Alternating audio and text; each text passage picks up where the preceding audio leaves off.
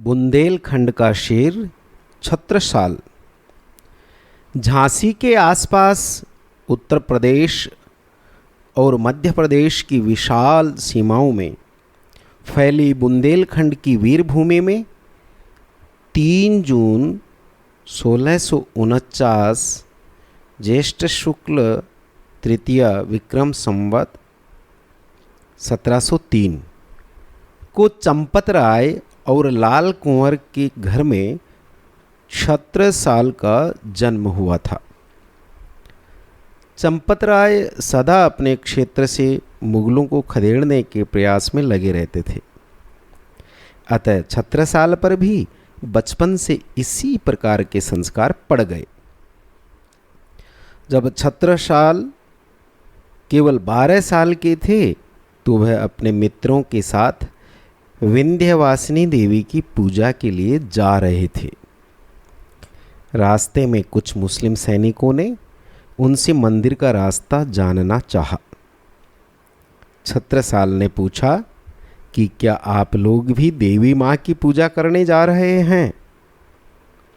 उनमें से एक क्रूरता से हंसते हुए बोला, हम तो मंदिर तोड़ने जा रहे हैं।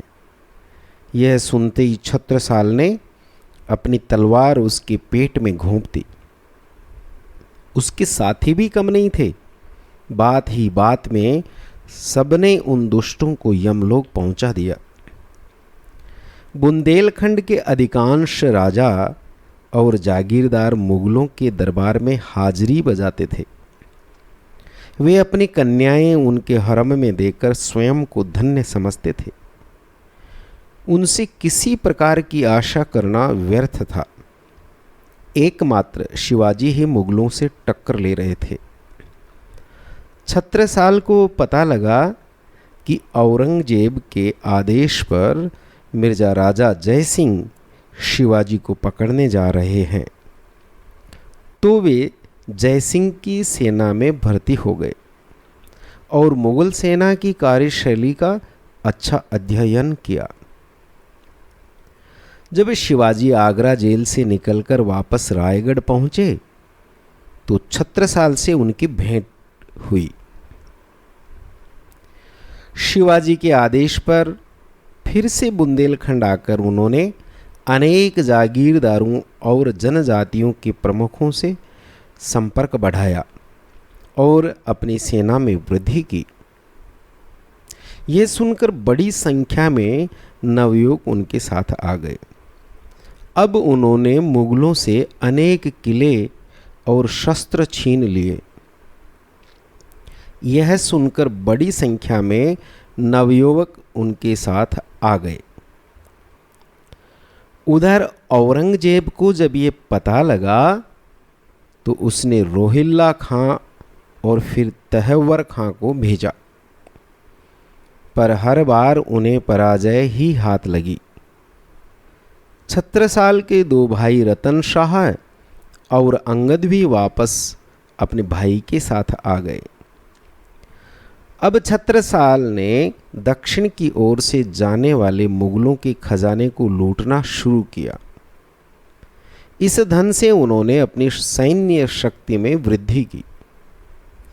एक बार छत्रसाल शिकार के लिए जंगल में घूम रहे थे तो उनकी स्वामी प्राणनाथ से भेंट हुई। स्वामी जी के मार्गदर्शन में छत्रसाल की गतिविधियां और बढ़ गई। विजयादशमी पर स्वामी जी ने छत्रसाल का राज तिलक कर उसे राजाधिराज की उपाधि दी। एक बार मुगलों की शह पर हृदय शाह, जगतपाल और मोहम्मद खां वंगस ने बुंदेलखंड पर 3 ओर से हमला कर दिया। वीर छत्रसाल की अवस्था उस समय 80 वर्ष की थी। उन्हें शिवाजी का वचन याद आया कि संकट के समय में हम तुम्हारी सहायता अवश्य करेंगे। इसे याद कर छत्रसाल ने मराठा सरदार बाजीराव पेशवा को संदेश भेजा। संदेश मिलते ही बाजीराव ने तुरंत ही वहां पहुंचकर मुगल सेना को खदेड़ दिया। इस प्रकार छत्रसाल ने जीवन भर मुगलों को चैन नहीं लेने दिया। जिन महाकवि भूषण ने छत्रपति की स्तुति में एक शिवा बावनी लिखी, उन्होंने ही छत्रसाल दशक में 8 छंदों में छत्रसाल की वीरता और शौर्य का वर्णन किया है। आज भी बुंदेलखंड के घर घर में लोग अन्य देवी देवताओं के साथ छत्रसाल को याद करते हैं। छत्रसाल महाबली करियों भली भली। ओम।